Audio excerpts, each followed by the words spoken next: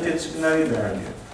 Então, em nome da interdisciplinaridade, né, em nome da contextualização, né, e, portanto, de uma problematização da organização do saber escolar daquela forma fragmentada e da crítica, né, a essa descontextualização do saber em relação ao que o aluno vive no seu cotidiano, eu proponho a interdisciplinaridade. Bom, esse é um discurso com o qual a gente tem uma dificuldade de embate.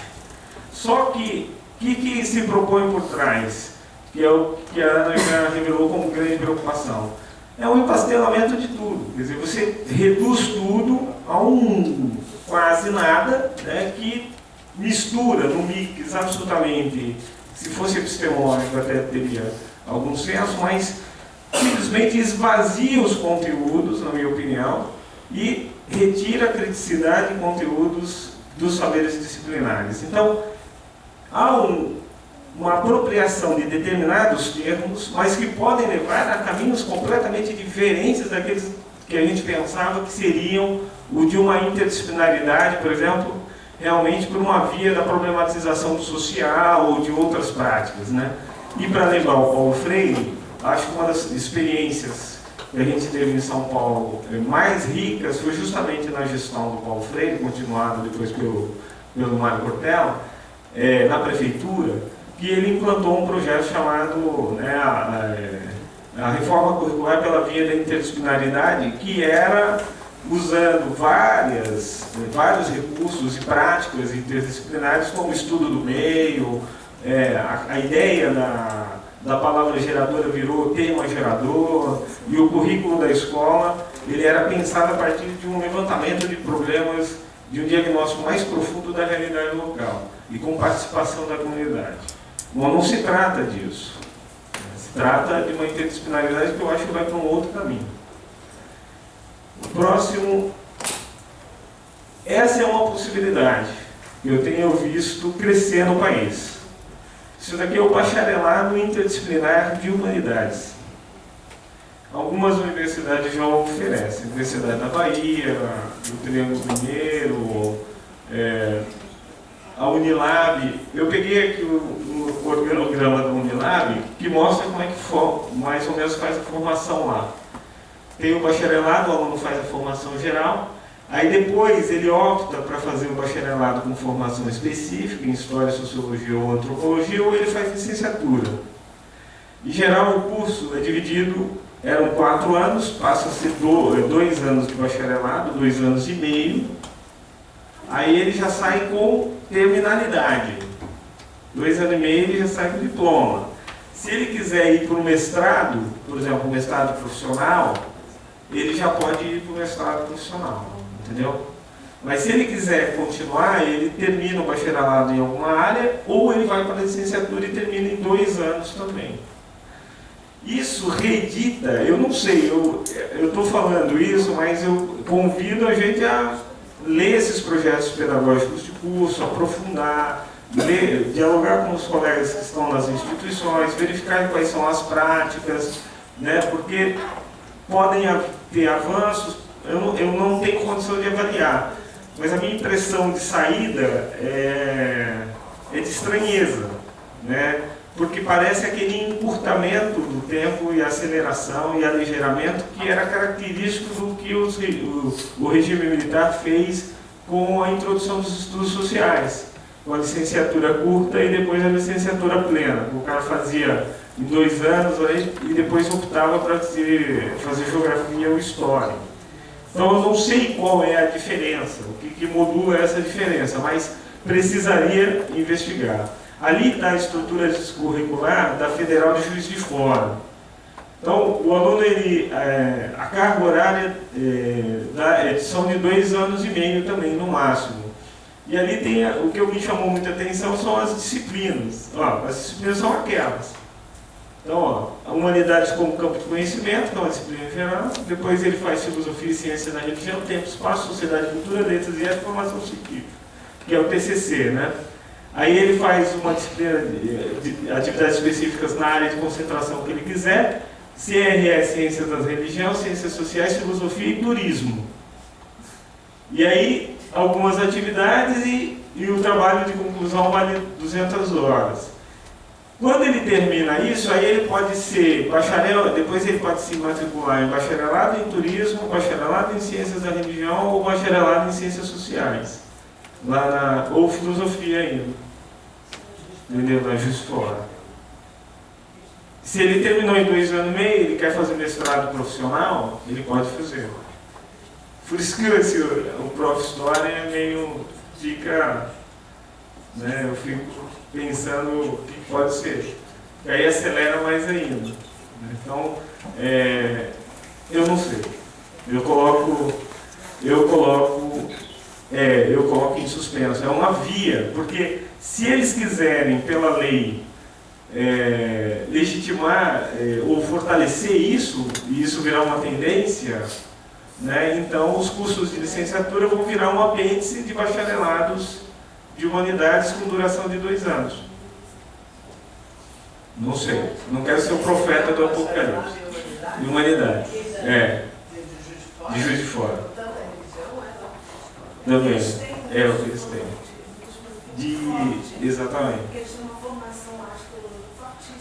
E aí o documento está disponível na internet. Você entrar lá, projeto pedagógico do curso de bacharelado em humanidades, ou bacharelado em interdisciplinar em humanidades.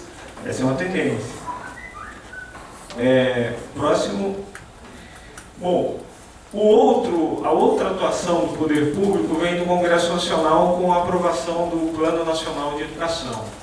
Eu chamo a atenção apenas na meta 7, que trata do ensino médio, que ela diz o seguinte: fomentar a qualidade da educação básica em todas as etapas e modalidades com a melhoria do fluxo escolar e da aprendizagem de modo a atingir as seguintes médias nacionais. Aí depois eles especificam essas médias nacionais em um anexo. Quando o Plano Nacional faz isso no texto, ele coloca fomentar a qualidade com melhoria do fluxo e aprendizagem, ele está dizendo IDEB. Porque o IDEB é que faz o cálculo com fluxo escolar e qualidade que é medido, ou aprendizagem que é medido através da prova Brasil, né? E depois o Enem. Então são testes que vão estar articulados ao fluxo, que é entender índice de aprovação, abandono e reprovação. Quanto menor o índice de abandono e reprovação, maior o índice de aprovação e melhor o desempenho nos testes, maior o IDEB. E é isso o que está sendo dito aqui na meta. Qual que é o ponto, na minha opinião? Eu escrevi um texto sobre isso, coloquei na internet, assim, para as pessoas lerem. Inclusive, eu ia ser convidado para Brasília, eu acho que eles leram o texto e não fui mais chamado. O meu ponto há um nexo no PNE que foi estabelecido entre os exames e o currículo. E isso para mim é preocupante. Eu não gosto disso, eu não sei resolver isso. Eu não sou totalmente contra a avaliação. Eu acho que até pode ter. Mas o uso que se faz dela, numa política centralizada, e pressionando e controlando o professor, e responsabilizando ou culpabilizando, é desastroso. Então, como é que poderia ser usado esse tipo de avaliação para, de fato, fomentar o debate na escola? Quando você vê aquele e-mail, ela não entendeu o IDEB. Ela poderia estar analisando internamente na escola, né, possibilidades de melhora do trabalho, das condições, né? Mas não. É apenas o índice que é fetichizado, né, e vira uma coisa a ser perseguida. E isso está no Plano Nacional de Educação. Vou falar para vocês. Existem, acho que agora são 5 deputados que o pessoal tem lá no Congresso Nacional. Não quero fazer propaganda deles, mas faço. O Chico Alencar, o Jean Willis, o Ivan Valente, eles propuseram, na ocasião, uma emenda ao Plano Nacional de Educação, retirando aquela frase médias nacionais. Perderam. Entendeu? Mas está lá o projeto deles. Eles pediram para retirar. Por quê? Eles falaram, isso atrela a resultados sem garantir às escolas as condições para atingir os resultados. Então, primeiro assegure condições, depois exija resultados e metas. Mas essa lógica gerencialista, né, absolutamente mercantilizante, né, que provém desse discurso empresarial, tem colonizado completamente os textos educacionais, inclusive o Plano Nacional de Educação. Então, esse nexo, para mim, é extremamente complicador, porque ele embate em dois documentos que estavam em elaboração. A Base Nacional Comum dos Currículos, que a Ana já citou, e um outro, que é os Direitos e Objetivos de Aprendizagem e Desenvolvimento, que é um documento que foi sem nunca ter sido, digamos assim. Ele surgiu na gestão do Calegari, na Secretaria de Educação Básica, aí foi discutido um pouco, aí depois foi retirado, porque houve uma pressão interna de grupos do MEC, por exemplo, a Jaqueline Limon, que exigiu a modificação do termo que era utilizado, que eram expectativas de aprendizagem, que transferia muito a responsabilidade do ponto de vista do aluno, e ela desloca para a ideia de direitos, que aí seria uma tentativa de reorganizar. Esse documento, eu não sei onde está, assim, eu vi uma versão preliminar, e o da Base Comum Nacional, ele também está em suspenso, porque foi feita uma versão preliminar, depois parou, enfim, eu não sei onde está. E o que me preocupa disso? Não há debate público.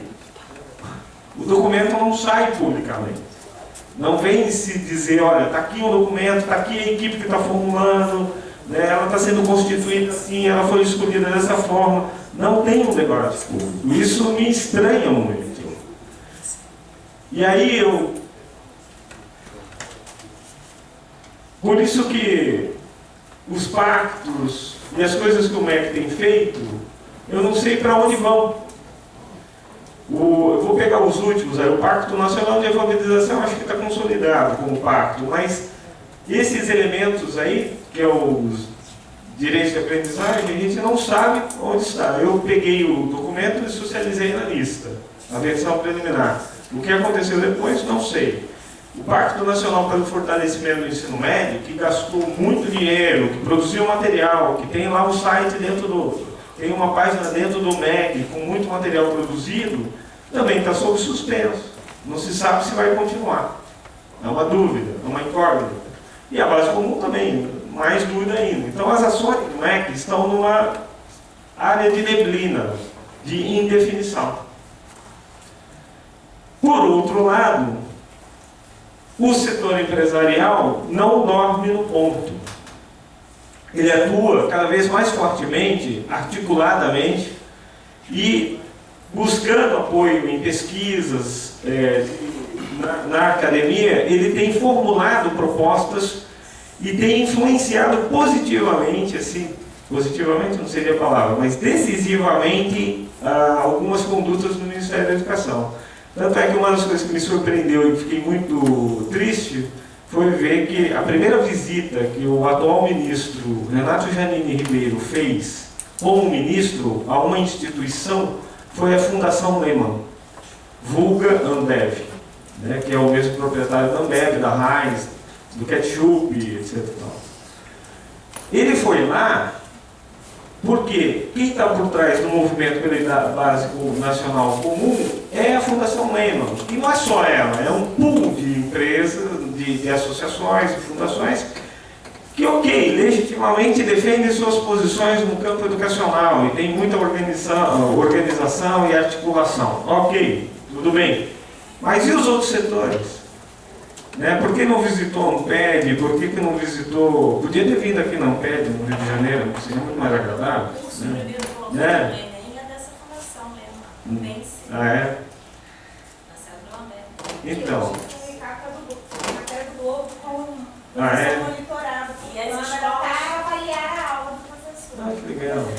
E as escolas estão moldando o conteúdo pelo Pense, porque virou referência de aprovação na CAPES. Pense. Pense agora. Pense. Então, eles já têm uma base comum. Então, eu não duvido. E aí, Ana, olha aí, eu não duvido que eles cumpram o prazo, porque já está pronto. Precisa ficar atento se vai ser produzido pelos sujeitos ou se vai ser adquirido. Eu vou mostrar mais um documento esclarecedor. Sessão de horrores, né? Lembra da sessão da tarde do filme de horror? Né? Esse documento chamado Pátria Educadora, a qualificação do ensino básico como obra de construção nacional, feito pelo Mangabeira húngaro, arrepiado inclusive pelo próprio ministro da Educação, né? A revelia do atual ministro da Educação, que mostra um absoluto desacerto, já está discutindo. Curioso com isso. Olha o texto. Ele propõe uma coisa, bom, sei lá, meio professor Pardal, acho, às vezes. O currículo como sequência de capacitações, sequência padrão de sequenciais especiais, o currículo nacional deve ser organizado como sequência de capacitações. Eu não vou ler tudo isso, mas eu queria chegar importante aqui. O currículo deve também comportar sequências, as sequências especiais, desculpa, eu vou ler agora. O que eu queria dizer está no final. Os protocolos, ele vai falar, tanto a sequência curricular padrão como as sequências especiais precisam ser encarnadas em rico repertório de protocolos disponibilizados aos professores. A Ana acabou de falar aqui. Não é para dar protocolo, professor. E aqui o que está sendo dito é precisa dar protocolo, professor. Protocolo, você sabe o que é. É passo a passo. Certo? É uma receita, é uma fórmula que se segue. E aí os protocolos darão exemplos práticos e formalizados de como liderar cada aula. Então os professores serão líderes, certo? Vamos formar lideranças em cada disciplina. Substituirão o livro didático na imprópria função de servir como guia curricular residual. Ele anuncia isso. Vamos para frente.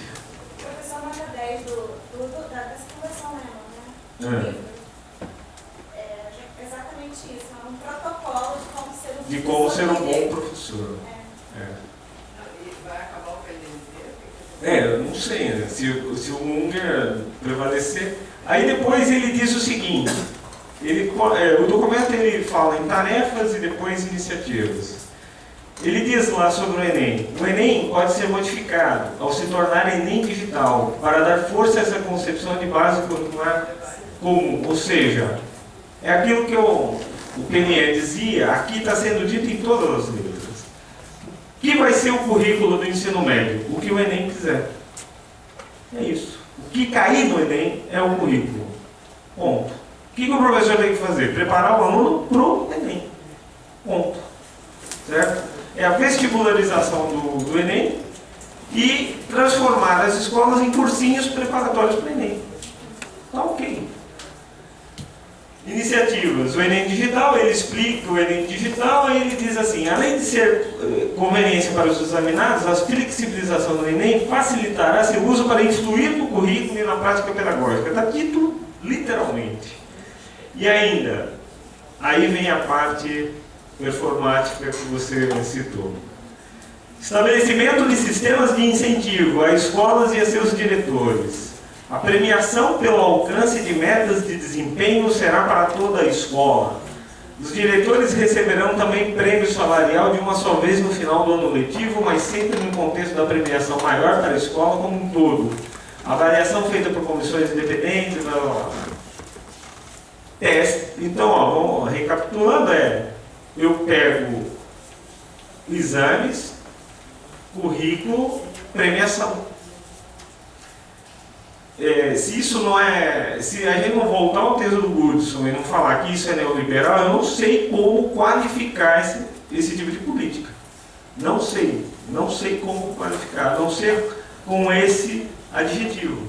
Trata-se de uma política de natureza absolutamente neoliberal. Só que dentro de um partido que não comungava com isso. Então é uma esquizofrenia completa no campo educacional. Bom, aí eu vou encerrar, eu peço desculpa ter alongado. Que cenário isso indica? Eu acho que a gente tem um cenário de avanço de ataques conservadores cada vez mais fortes e cada vez mais esse pragmatismo educacional, né, em busca de resultados nos exames de larga escala, como se isso fosse resolver o problema da educação brasileira. E aí a imposição do currículo avaliado é na perspectiva do Sacristã mesmo, do currículo avaliado, como ele se impõe, né, sobre o currículo real, efetivo, o currículo inventado pelo professor na escola. Quer dizer, é o sequestro da autonomia dos coletivos docentes, da autonomia escolar, em função de busca de resultados e da qualidade, e a estandardização de materiais didáticos, ensino estruturado, padronizado e colocado em plataformas digitais, como já fizeram aqui no Rio de Janeiro com a Educopédia, né, com a Áudio Postinho. O que nós fizemos? Nós, a ANPU, nós temos nos manifestado. Só que eu vou dizer para vocês, nós somos muito ruins, nós somos muito fracos, nós somos medíocres. A gente manifesta é como um fio no nada. Ninguém dá a mínima bola para o que a gente faz. Aquele currículo lá de São Paulo, nós fizemos um manifesto, fizemos uma jornada, eu entreguei o documento pessoalmente para o representante da Secretaria de Educação. Até hoje eu estou esperando uma resposta. Ele nem se dignar a dar uma resposta e dizer, olha, vocês são os idiotas, desculpe, nós não queremos perder tempo. Eles simplesmente não responderam, ignoraram. Ou seja, a posição da associação, o seu lugar e sua voz no debate político é zero. Eu constato isso. Absolutamente zero. Assim, é muito pouca influência, não tem repercussão, não tem penetração, não tem discussão. Assim, a gente está sendo atropelado pela mídia, por esses grupos que são mais articulados, que colonizaram espaços de poder, e nós não temos. Assim, tudo bem, nós estamos aqui reunidos, né? Mas, sinceramente, preciso pensar em estratégias, né? E aí, fizemos a carta de abril, denunciando a escola sem partido. Agora, a gente ia comprar dar nome, mas eu não sei se alguém vai ler a carta, né? Mas fez uma manifestação lá no Perspectivas, né, ao final, exigindo que esse não passe nem da Comissão de Educação, o que significa que a gente tem que pressionar os parlamentares para isso. E por fim, eu termino mesmo, eu acho que eu coloquei alguns verbos aqui para a gente provocar. É preciso ousar um pouco o enfrentamento dessas políticas neoliberais. Eu acho que a gente tem que delimitar algumas coisas. Eu não consigo aceitar que a lógica mercantilizante impere no campo educacional. Eu não consigo. Então, eu acho que é preciso enfrentar essas lógicas. Segundo, é preciso ocupar o espaço do debate. Nós ocupamos muito pouco, precisamos aí, talvez, reunir, articular, aproximar com o PED, fazer com outros sujeitos, precisa ocupar com outros sujeitos, que eu acho que a gente é muito pouco para fazer barulho. Concordo, como disse o professor, eu preciso avançar nas discussões curriculares. Acho que ela foi brilhante, mostrando como a pesquisa está avançando, né, problematizando, colocando questões, e eu acho que isso precisa ser também colocado, até para a gente delimitar exatamente que discurso nós estamos fazendo em relação a que outros sujeitos fazem, como eles... eu fiz aí um discursinho, mas depois... E, por fim, defender algumas conquistas curriculares que estão sendo ameaçadas e que, nesse processo de enxugamento curricular, certamente serão abolidas, assim como os direitos sociais. Então, era isso que eu tinha a dizer para vocês. Muito obrigado por essa oportunidade.